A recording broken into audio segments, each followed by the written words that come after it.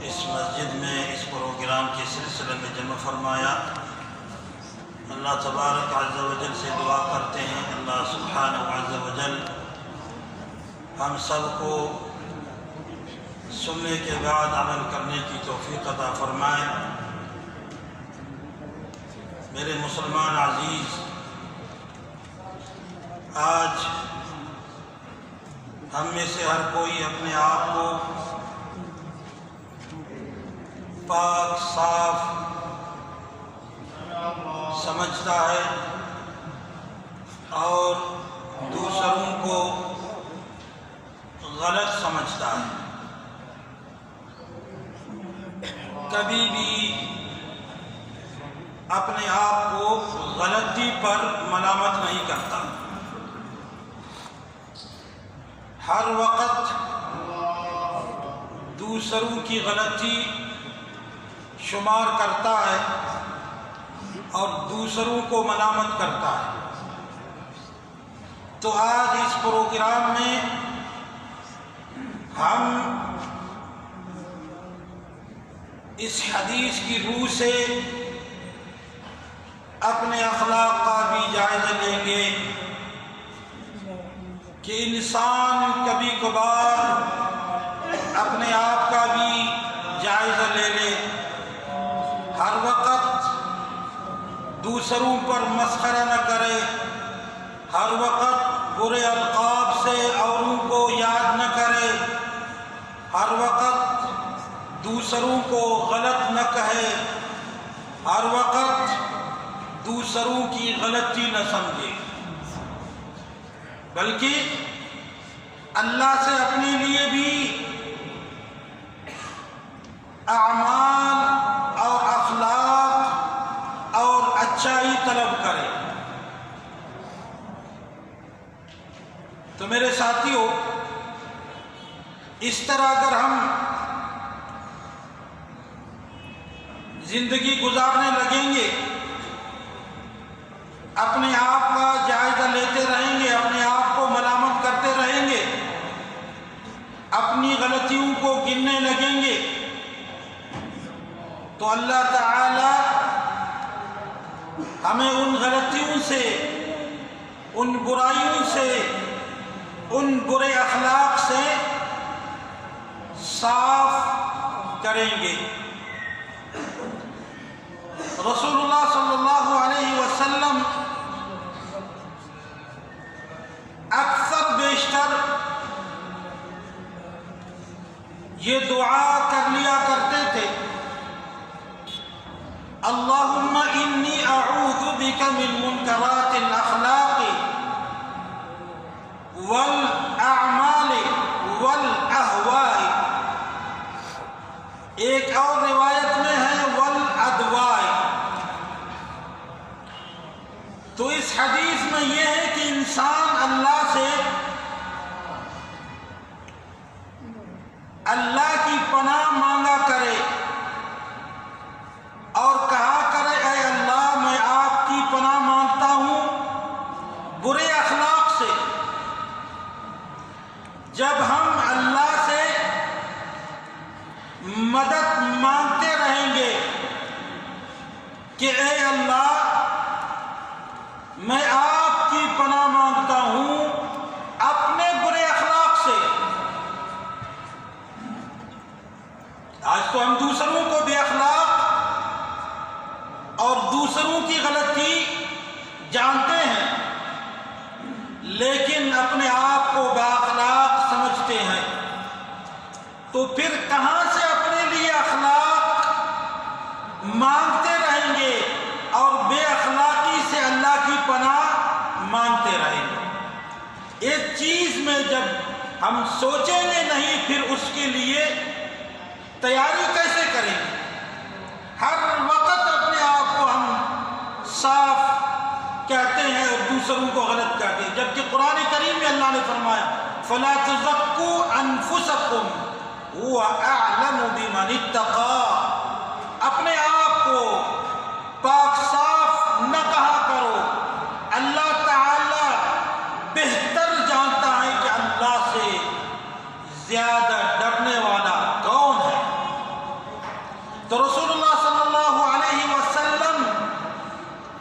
فرمایا کرتے تھے اللہم انی اعوذ بک من منکرات الاخلاق، اے اللہ میں آپ کی پناہ مانگتا ہوں برے اخلاق سے، اے اللہ میں آپ کی پناہ مانگتا ہوں برے اعمال سے، اے اللہ میں آپ کی پناہ مانگتا ہوں بری خواہشات سے۔ جب یہ دعا ہم کر لیا کریں گے تو اللہ تعالی ہمیں بہت خوبیوں سے نوازیں گے، بہت بہتریوں سے نوازیں گے۔ منکرات کا معنی رسول اللہ نے یہ تین چیزوں کو منکرات فرمایا، من منکرات الاخلاق والاعمال والاہواء۔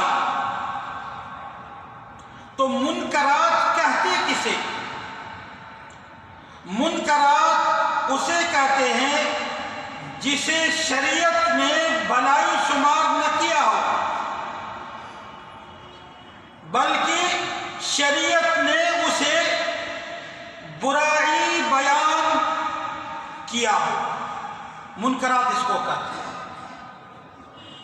تو کہیں پہ بھی شریعت نے جس عمل کو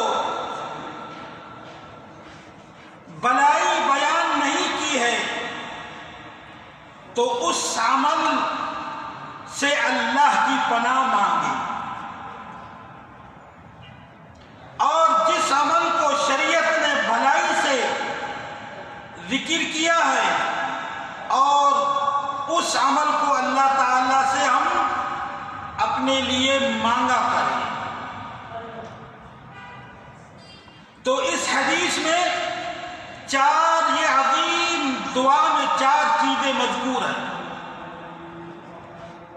بلکہ دوسری حدیث بھی اس میں ملانے کے ساتھ 3 چیزیں تو اسی میں ہیں، اور چوتھی چیز ایک اور حدیث میں ہے جس کا ذکر میں نے کیا، والادفاع۔ تو سب سے پہلی بات کیا ہے اس حدیث میں؟ 4 چیزیں مذکور ہیں اس عظیم الشان حدیث میں۔ ان چیزوں میں سے پہلی بات ہے مذموم برے اخلاق، اس سے اللہ کی پناہ مانگ۔ اور دوسری چیز اس حدیث میں ہے گناہ سے اللہ کی پناہ مانگے، کسی قسم کی بھی گناہ، چاہے نماز چھوڑنے کی گناہ، چاہے غیبت کرنے کی گناہ ہو، چاہے دھمکانے کی گناہ ہو، چاہے تہمت لگانے کی گناہ ہو۔ اور تیسری چیز اس حدیث میں ہے جن کی طرف نفوس راغب ہوتے ہیں۔ تیسری چیز کیا ہے؟ جن کی طرف نفوس راغب ہوتے ہیں مہلک خواہشات، بد نظری، گانا سننا اور ڈرامہ دیکھنا، فلم دیکھنا، گالی گلوچ کرنا، اور ہمیشہ منکرات میں زندگی گزارنا، کان کو زنا میں مبتلا کرنا، زبان کو زنا میں مبتلا کرنا، آنکھ کو زنا میں مبتلا کرنا، دماغ کو زنا میں مبتلا کرنا، دل کو زنا میں مبتلا کرنا، ان چیزوں کی طرف نفوس راغب ہوتے ہیں، مہلک خواہشات۔ کتنی چیزیں ہو گئی؟ ایک برے مذموم اخلاق،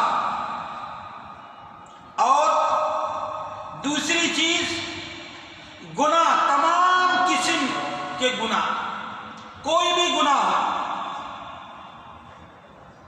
اور تیسری بات مہلک خواہشات، جن کی طرف نفوس راغب ہوتے ہیں۔ نوجوان پیکج کر کے رات بھر حرام کاری میں مبتلا ہوتے ہیں، فلم دیکھنے میں، زبان سے غیر محرم لڑکیوں سے بات کرنے میں، اور اسی طرح غیبت کرنے میں نفوس راغب ہے ان چیزوں کی طرف۔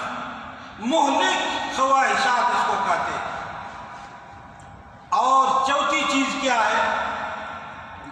دائمی ناقابل علاج بیماریاں، جن میں سے کیا ہے؟ کورونا، جن میں سے فالج، جن میں سے دل کا دورہ، جن میں سے اور بھی بیماریاں۔ جب اس حدیث سے آپ دعا کرتے رہیں گے تو اللہ تعالیٰ ان 4 مہلک امراض سے آپ کی حفاظت فرمائیں گے، آپ بہترین پرسکون زندگی گزاریں گے۔ یہ تب جب آپ اپنے آپ کو ملامت کرتے رہیں گے، اپنے آپ کو بھی غلطی پر ٹھہرائیں گے، اپنے آپ کو پاک صاف نہیں کہیں گے، اپنے کو بھی یہ سمجھیں گے میں غلطی کرتا ہوں، میں بھی غلطی میں جاتا ہوں۔ اس لیے پھر آپ اللہ سے پناہ مانگیں گے۔ جب ان چیزوں میں آپ سوچیں گے نہیں، اپنے آپ کو صاف ستھرا سمجھیں گے کہ میں بالکل زندگی بھر غلطی نہیں کرتا ہوں، غلط تو دوسرے لوگ ہیں،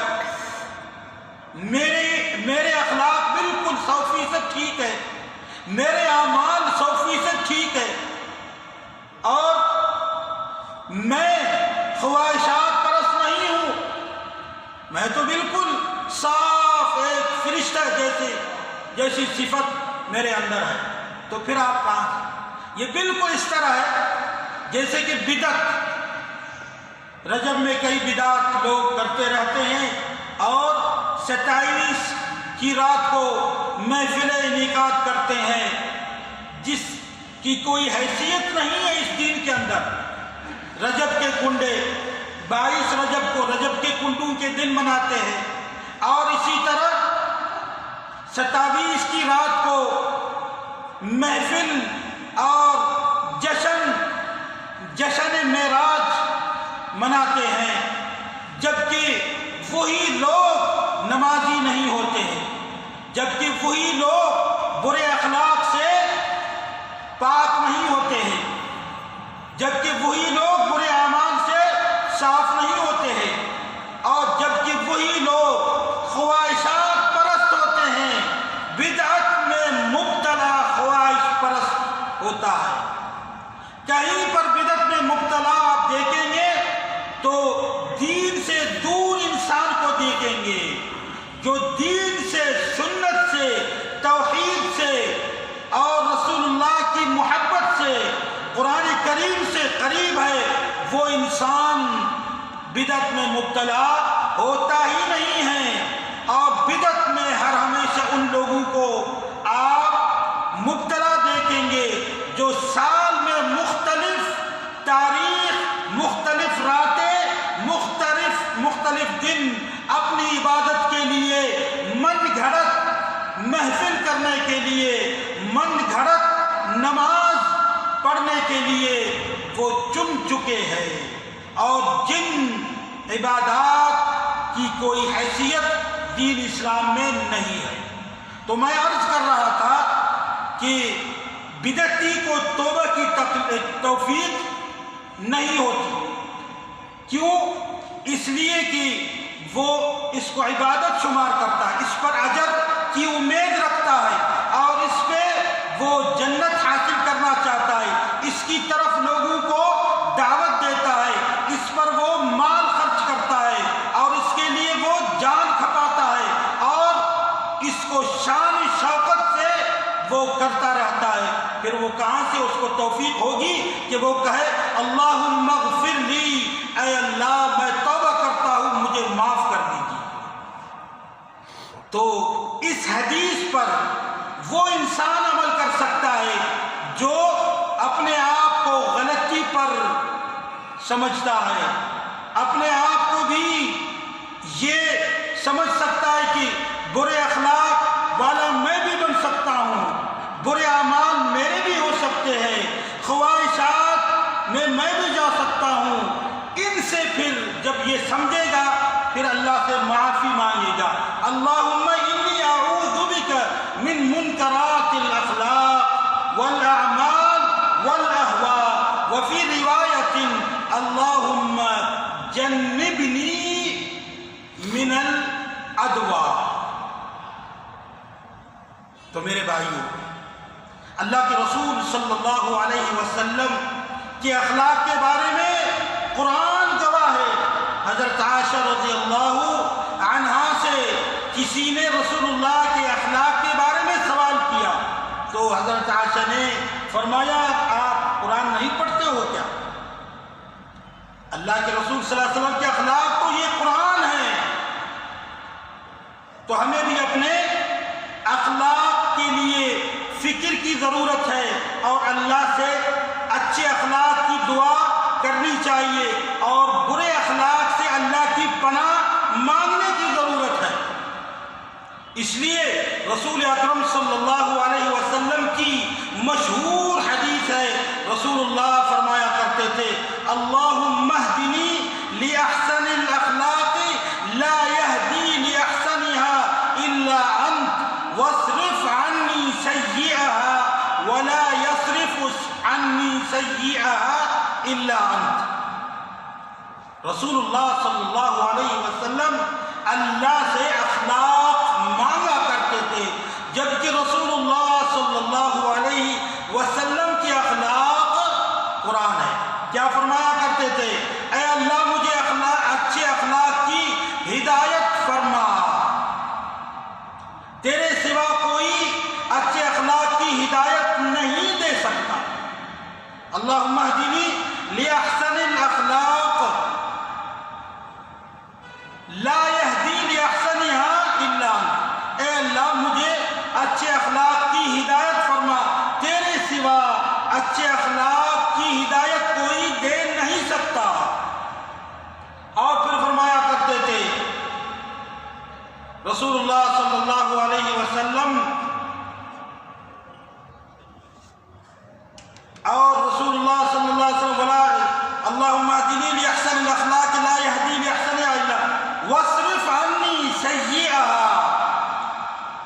رسول اللہ فرمایا کرتے تھے اور برے اخلاق کو مجھ سے دور فرما، تیرے سوا کوئی مجھ سے برے اخلاق دور نہیں کر سکتا۔